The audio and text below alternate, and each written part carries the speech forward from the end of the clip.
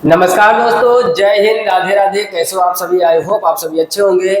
जैसा कि आपने थंबनेल में देखा होगा, आज हम लोग भाई साहब चर्चा करने वाले हैं लेक्चर नंबर 5 की।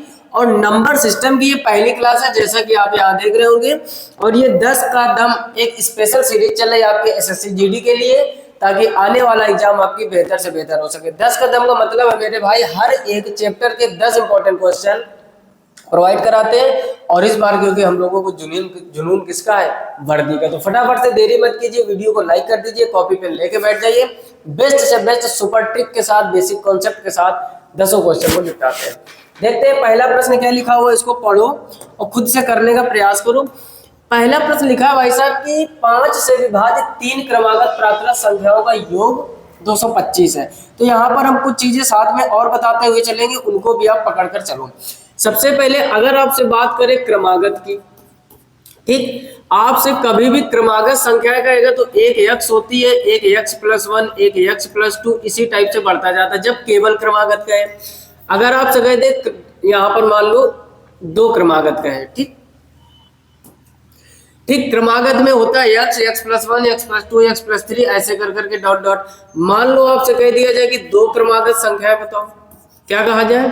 2 क्रमागत, तो आप कॉमन सेंस रखो कि एक यक्स हो जाएगी, एक यक्स प्लस 1। इस टाइप से मानकर हम बेसिक तरीका लगाते हैं। आप सभी लोग 6, 7, 8 में सीखे ही होंगे। अगर भाई साहब कह दिया जाए 2 क्रमागत विषम, ध्यान से समझो, अगर कह दिया जाए 2 क्रमागत विषम संख्या है, क्या कह दिया जाए? 2 क्रमागत विषम, तो एक होती है भाई साहब 2x प्लस 1 और एक होती है 2x प्लस 3। अभी सबको प्रूफ करेंगे, पहले आप ये स्टार बना के लिखते जाइए और कॉपी पेन लेके बैठ जाओ। जो लोग अभी केवल मूवी जैसा देख रहे हो ना, आपकी मैथ जीवन में अच्छी नहीं हो पाएगी। जितनी देर देखोगे समझ में सब आएगा, मजा आएगी, जब क्वेश्चन एग्जाम में आएगा तो नहीं हो पाएगा। ज्यादातर यही होता है, तो ये गलती आप बिल्कुल भी मत कीजिए। अगला अगर हम यहाँ पर कहें 2 क्रमागत सम संख्या है, क्या बोले? 2 क्रमागत सम संख्या है, तब 2 क्रमागत सम एक होती है भाई अब 2x और एक होती है 2x प्लस 2। अब देखो यहाँ पर ये तीनों मैच नहीं कर रहे, आपसे कह रहा है 5 से विभाजित 3 क्रमागत। पहले हम कुछ बेसिक चीजें, क्योंकि जब भी हम कोई 10 क्वेश्चन लेकर आते हैं वो कहने के लिए केवल 10 होते हैं।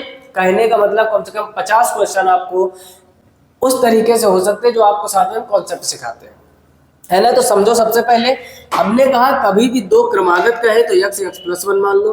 2 क्रमागत विषम का है तो एक 2x प्लस 1, 2x प्लस 3। और 2 क्रमागत सम संख्या यानी इवन नंबर का है तब आप एक 2x मानोगे, एक 2x प्लस 2। इसका मतलब क्या है वो थोड़ा समझ लो।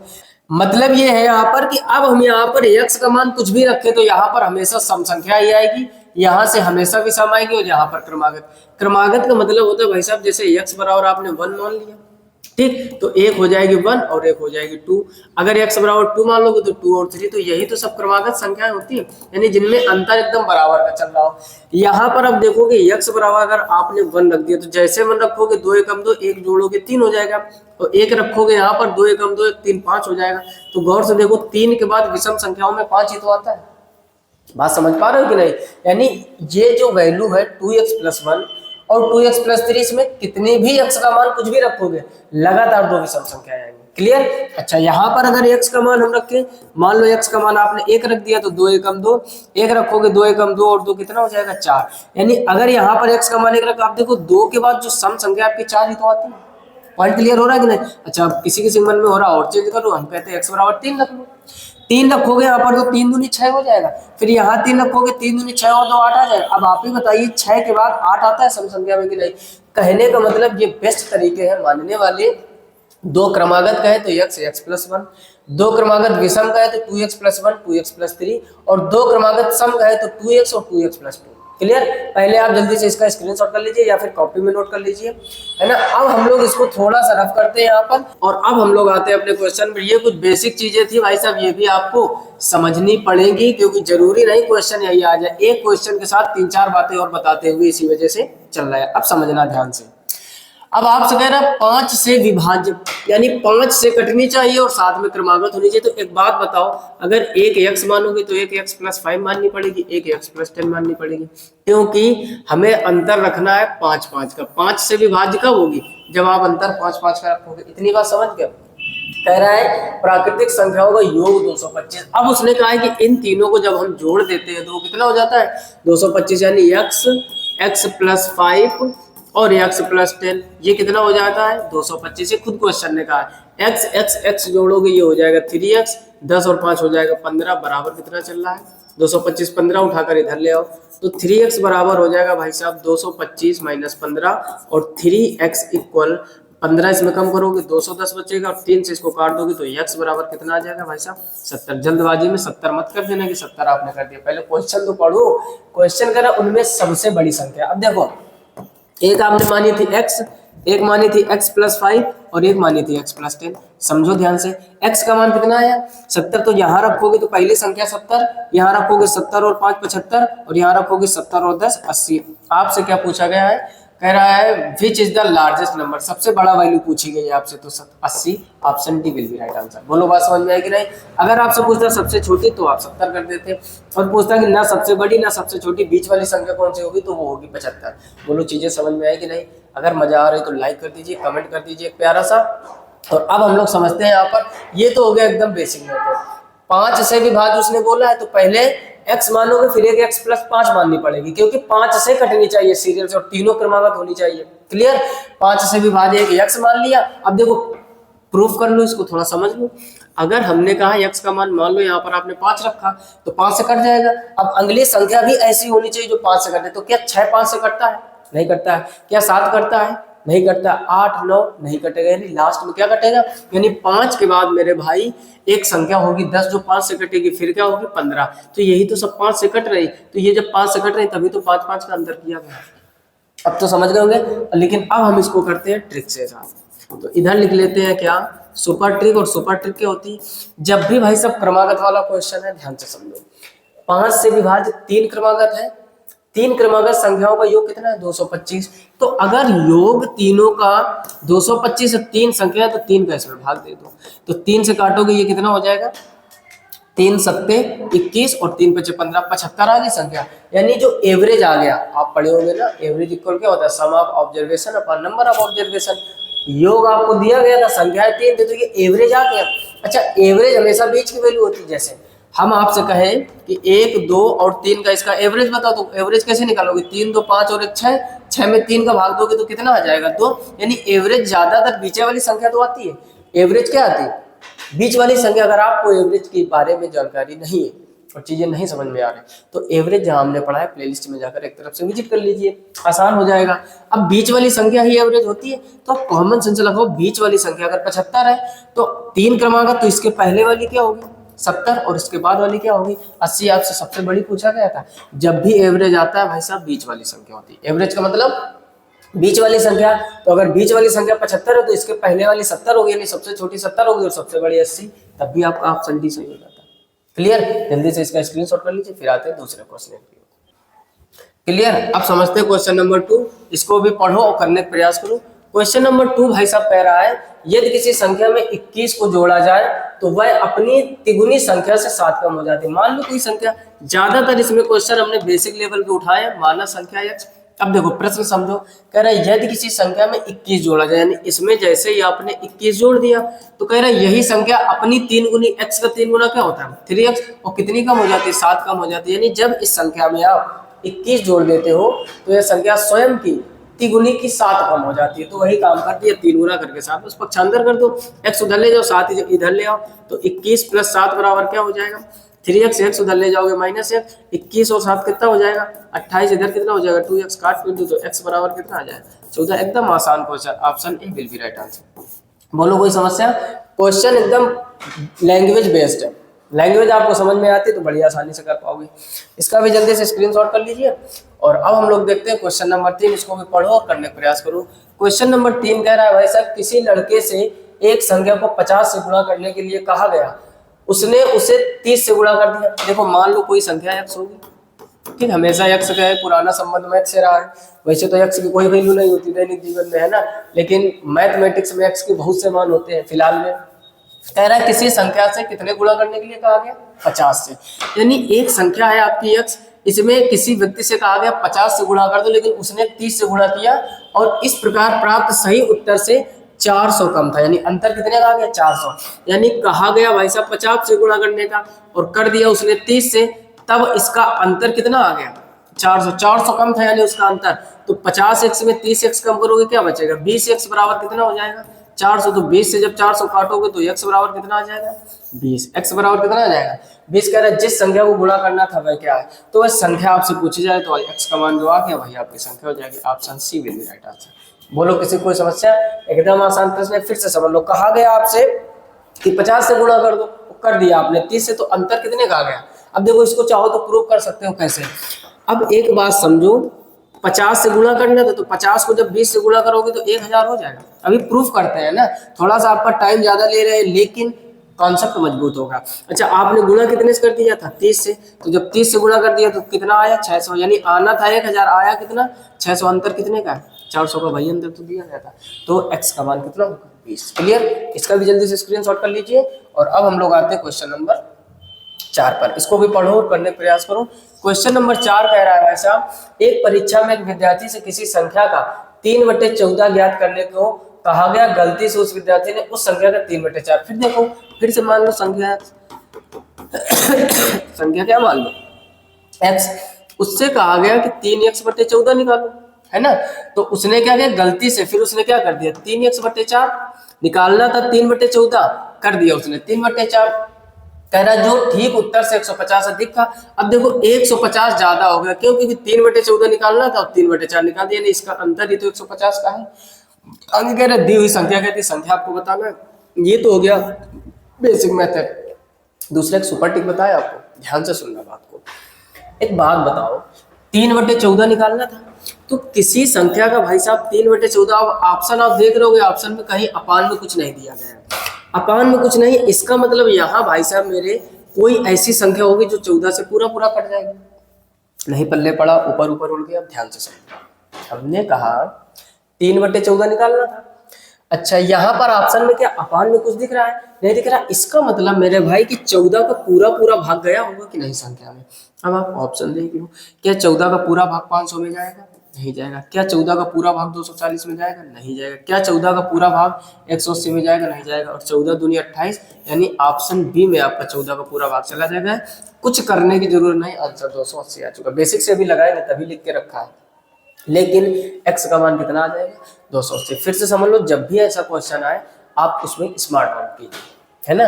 हमने कहा एक परीक्षा में एक विद्यार्थी से किसी संख्या का 3/14 निकालने के लिए कहा गया, तो 3/14 निकालने कहा गया। हमने ऑप्शन पे नजर डाली कि अपान में कुछ नहीं था, इसका मतलब 14 से पूरी पूरी संख्या कटी होगी। ये 3 संख्या 14 से आपकी कटी ही नहीं, तो option B will be right answer. Clear, अब करते हैं बेसिक से। बेसिक से कैसे करोगे, यहाँ पर इसको रफ कर लेते हैं और चीज़ों को बड़ा बेसिक से लगाने का प्रयास करते हैं। देखो इन दोनों में एलसीएम क्या होगा, तो आप सभी लोगों को पता है 28 कितना हो जाएगा एलसीएम 28। 14 दूनी 28, 2 बार गया तो 3 दूनी 6x हो जाएगा, माइनस 4 7 28 7 21x हो जाएगा, बराबर कितना 150। अब देखो यहाँ पर ऊपर कितना बचेगा, ऊपर बचेगा 6 14 15 6 21, माइनस का 15x बचेगा और बटे कितना चल रहा 28, बराबर कितना 150। अब देखो एक चीज और समझो, उसने कहा है एक परीक्षा में एक विद्यार्थी से 3/14 ज्ञात करने के लिए कहा है, गलती से उस विद्यार्थी ने उस संख्या का 3/4 ज्ञात किया जो ठीक उत्तर से 150 अधिक था। अब देखो ये 150 है, यहाँ पर हमेशा डिफरेंस का चिन्ह लगाते हैं। डिफरेंस का मतलब बड़ी वैल्यू में छोटी वैल्यू घटाओ, तो कहने का मतलब 21 से 6 कम करोगे 25 हो जाएगा। हमें x का मान निकालना है ना, 28 को उधर गुणा करो तो 15x बराबर भाई साहब हो जाएगा 150 इंटू 28। आपको मान निकालना है x का, तो ये हो जाएगा 150 इंटू 28 और बटे कितना हो जाएगा 15। यहाँ तक कोई समस्या, 15 से इसको काटोगे 15 दाम 150, 28 का गुणा जब 10 में करोगे तो कितना आ जाएगा 280, तब भी तो वही ऑप्शन आया। तो अगर आपकी मैथमेटिक्स थोड़ी सी अच्छी है और अच्छी नहीं तो हम आपके लिए मेहनत करने के लिए आ गए। क्या तरीका समझ में आया था ना जो पहले हमने बताया था, चीजें मजेदार लग रही हो ना तो मेहनत बस करते रहो, आप मैथमेटिक्स एकदम आसान कर देंगे। फ्री ऑफ कॉस्ट पढ़ाएंगे, कोई एप्लीकेशन वाला लफड़ा नहीं, कोई यूट्यूब पर पैसा चार्ज लेने वाला काम नहीं, एकदम फ्री में पढ़ाएंगे। मेहनत वैसी करेंगे जैसा लोग एप्लीकेशन में पढ़ाते हैं। बशर्ते आप धैर्य रखो, चीज़ों को समझने का प्रयास करो और हर एक चीज़ को नोट्स बनाते हुए चलो। जितने बेहतर नोट्स बनाओगे उतनी बेहतर मैथ हो जाएगी। क्लियर, इसका भी जल्दी से स्क्रीनशॉट कर लीजिए। अब हम लोग देखते हैं क्वेश्चन नंबर 5, इसको भी पढ़ो, करने का प्रयास करो। कह रहा है भाई दो संख्याओं का गुणनफल उन संख्याओं के अंतर का 24 गुना है।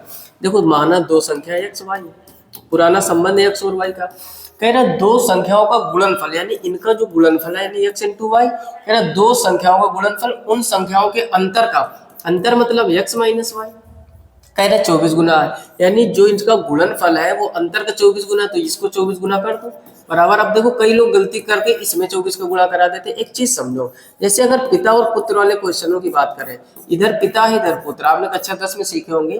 पिता पुत्र वाले क्वेश्चन में एक कॉन्सेप्ट आपने समझा होगा, जैसे पिताजी कर दिया 40 और ये 10, तो आप ये देखो पिताजी कितने गुना है, 4 गुना। अगर पिता और पुत्र को भाई साहब बराबर करना तो गुणा किसमें करोगे, पुत्र में, यानी जो वैल्यू कम होती है गुणा हमेशा उसमें कराते हैं। अगर आपने गलती से इस 4 का गुणा इधर करा दिया तो 4 चौको हो जाएगा 16, पिताजी हो जाएंगे 160 साल के और पुत्र हो जाएगा 10 साल का, यानी 150 साल पिताजी बढ़े, है ना। तो ये तो दादाजी की उम्र के हो गए, दादाजी को भी पार करके परदादा तक पहुंच गए। तो कॉमन सेंस रखो भाई मेरे कि पुत्र में हमेशा गुणा करवाते हैं, नहीं छोटी वैल्यू गुणा करवाते हैं अगर हमें वैल्यू को बड़ा करना है या किसी के बराबर। अब यहाँ पर उसने क्या बोला था, उसने कहा जो एक्स वाई का गुणनफल है वो दोनों के अंतर का 24 गुना, तो ये तो पहले से 24 गुना है, इसमें 24 का गुणा कर देंगे। क्लियर। फिर क्या कह रहा है, यदि उन संख्याओं का योगफल 14 है तो बड़ी संख्या। अब एक बात और उसने कही थी, यक्स उनका योगफल 14 है तो कह रहा बड़ी संख्या बताओ। अब देखो इसको हम करेंगे बाय ऑप्शन। एक हमने शुरू से पॉइंट आपको सिखाया है क्या, put the value get the answer, put the value get the answer method, get the answer method. समझो ये भाई साहब क्या होता है। अब देखो उसने कहा है दो संख्याओं का योग 14 है, समझो ध्यान से, और कह रहे जो उनका गुणनफल है वो अंतर का 24 गुना है। ये कंडीशन, इसको बेसिक पे नहीं जाएंगे, बेसिक से लगाओगे ऐसा नहीं कि आएगा नहीं, संख्या आएगा लेकिन कुछ समय बाद, टाइम टेकिंग क्वेश्चन हम लोग दिमाग लगाएंगे। देखो ऑप्शन पर अगर हम नजर डालें, दोनों का योग क्या है 14, तो अगर एक संख्या 9 है तो दूसरी 5 होगी कि नहीं, 9 और 5 14। अगर एक संख्या 8 है तो दूसरी 6 होगी कि नहीं, 8 और 6 14। एक 7 है तो दूसरी भी 7 होगी कि नहीं, और एक है 10.8, अब आपको बनाना है 14, तो क्या ये 3.2 नहीं होगी। पहले बताओ इतनी बात समझ में आए। अब कुछ लोग सोच रहे होंगे सभी आप समझो, हम आपको सिखा रहे हैं। हमने कहा उन दोनों का योग 14 है, बड़ी संख्या आपसे पूछा जा रहा है, तो अगर बड़ी संख्या 10.8 होगी तो छोटी संख्या इतनी होगी, तभी तो ये 14 बनेगा। अगर एक 7 है तो दूसरी भी 7 होगी, एक 8 है तो दूसरी 6 होगी, एक 9 है तो दूसरी 5 होगी। अब हमें लगाना है कंडीशन, क्या ये कंडीशन बन रही है। कह रहा है उनका गुणनफल, जैसे 9 और 5 को गुणा करें तो 9 पंचे कितना होता है 45। कह रहा उनके अंतर का क्या 24 गुना है, तो 9 और 5 का जब अंतर करोगे वो 4, क्या 24 का 4 गुना 45 होता, तो आपका जवाब आएगा नहीं होता, तो पहला ऑप्शन कैंसिल। बोलो क्लियर हो रही चीजें।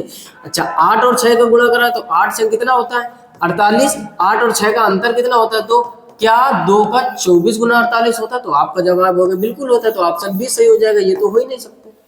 क्लियर। अच्छा सी ऑप्शन तो पहले कैंसिल कर दो, एक 7 और दूसरी भी 7 होगी तो बड़ी और छोटी कैसे बताओगे, जब दोनों संख्या 7 हो जाएगी तो बड़ी छोटी का कोई मतलब ही नहीं रहा, है ना। तो इस तरीके से बेहतर तरीके से बड़ी संख्या पूछा था, दोनों का योग 14 था, तो छोटी वाली संख्या मान लो। फिर देखो कंडीशन किसमें अप्लाई हो रही, बड़ी आसान है। क्लियर। इसका भी जल्दी से नोट कर लीजिए और स्क्रीनशॉट कर लीजिए। आगे देखते हैं क्वेश्चन नंबर 6। इसमें भी देखो पहले से कुछ ढेर सारी चीजें दे रखी है, पढ़ो और उसको करने का प्रयास करो।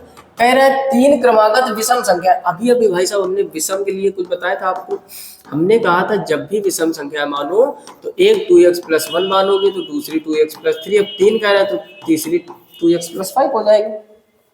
3 क्रमागत विषम संख्याओं का गुणनफल 1287। वो कह रहा है इन सबका अगर हम गुणा करा दें, इन सबका अगर हम गुणा करा दे 2x सबका गुणा करा दो तो कितना हो जाता है 1287 हो जाता है। कह रहा तीनों संख्याओं में से सबसे बड़ी संख्या कौन सी। अब एक बात बताओ, इसमें क्या हम इसको बेसिक पे जाएंगे। अच्छा कुछ बहुत जिद्दी होते हैं, पहले इसका गुणा कराएंगे, फिर एक स्क्वायर में बनेगा, फिर इसमें गुणा कराएंगे, फिर क्यूब में बनेगा, फिर त्रिघात समीकरण आ जाएगा, फिर हल करते रहेंगे और अंत में आंसर अगर निकाल लेंगे तो अपने आप को बड़ा बहादुर फील करवाएंगे, अरे निकाल दिया आंसर। इतना समय मेरे भाई नहीं होता है, हमें करना है स्मार्ट वर्क, इस तरीके से बिल्कुल भी नहीं करना है। दूसरी चीज कह रहा है तीनों विषम है, दिमाग लगाना। कह रहा है तीनों संख्याओं में सबसे बड़ी संख्या कौन सी। अच्छा सबसे बड़ी विषम पूछ रहा है, दिमाग लगाओ जरा। आपसे कह रहा है सबसे बड़ी और विषम, आपसे क्या कह रहा है सबसे बड़ी और विषम, ध्यान से समझो, सबसे बड़ी विषम कह रहा है तो इसका मतलब ये जो आंसर दिए गए ये बड़ी ही संख्या दी गई। तो अब देखो ट्राई करते हैं। 9 से छोटी विषम क्या होती है 7 और फिर होगी 5। 11 से छोटी होती है 9 फिर होता है 7। 13 से होती है 11 और फिर 9 और 17 से होता है 15 और 13। ये बात पल्ले पड़ी कि नहीं? अगर ये सबसे बड़ी संख्या विषम है तो 2 इससे छोटी होंगी। अब यार चेक कर लो ना कि किनका गुणनफल 1287 बन रहा है, काहे इतनी माथा बच्ची करोगे, है ना। अच्छा और एक नियम लगाएंगे जबरदस्त, जैसे 1287 कह रहा है तो हमें यूनिट डिजिट में गुणा करवाना है, देखना है लास्ट में 7 किसके आ रहा है, बस वही अपना आंसर। देखो 7 पंचे 35, तो 35 का गुणा जब 5 में करोगे 9 पंचे 45, लास्ट में 5 आ रहा है, इसमें 7 है तो पहले ऑप्शन तो होना नहीं। अच्छा 9 सत्ते 63, 63 में ऐसे लिखोगे, लास्ट में 3, 3 का गुणा 1 में कराओगे, आखिरी में 3 आएगा, 7 नहीं आएगा तो ऑप्शन बी भी गलत। 9 एकम 9, 9 3 27। अब देखो यहाँ पर चांसेस बन रहे हैं क्योंकि जब 13 इंटू 11 इंटू 9 करोगे तो 13 इंटू 11 इंटू 9 99, इतनी बात समझ गए। अच्छा 9 का गुणा 3 में करोगे, 9 3 27, लास्ट में 7 आ रहा है तो ये ऑप्शन हो सकता है। लास्ट वाला चेक करो, 5 सत्ते 7 पंचे कितना होता है 35, और 35 का गुणा जब 5 थे 15, तो इसमें भी लास्ट में 5 आ रहा है। हमने देखा गया कि ऑप्शन सी हमारा। आप देखो इसमें भी पूरा गुणा नहीं कराना, कुछ लोग यहाँ भी गुणा कराने लगेंगे, काहे कराओगे भाई, हमें देखना है कि 1287 बनेगा।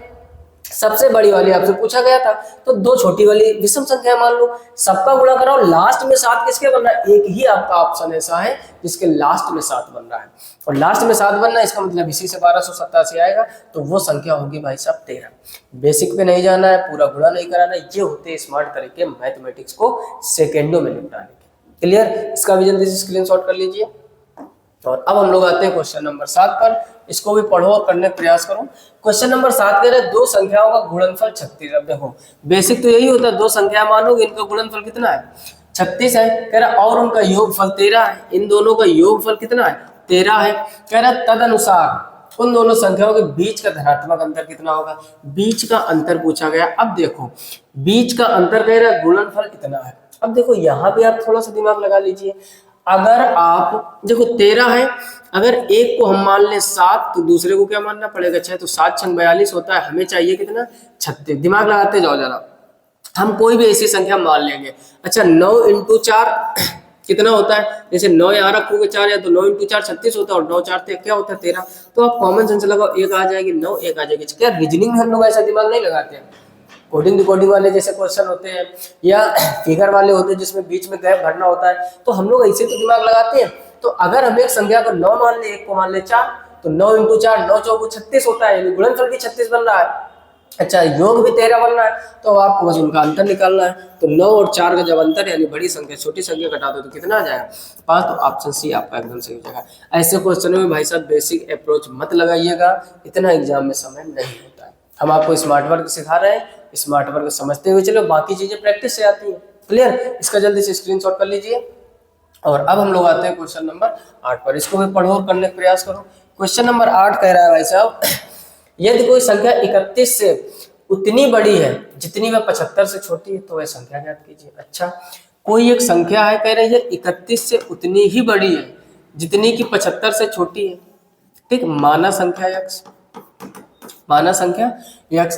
अब कह रहा है कि जो संख्या 31 से उतनी बड़ी है जितनी की 75 से छोटी। अच्छा ऑप्शन से करें, जैसे 106, 106 में आप 31 कम करो, कह रहा है 31 से उतनी ही बड़ी है, तो यानी जब इसमें आप 31 कम करोगे, 6 में कम करोगे 5 और 10 में 3 कम करोगे 7, तो ये कितनी आ गई 75।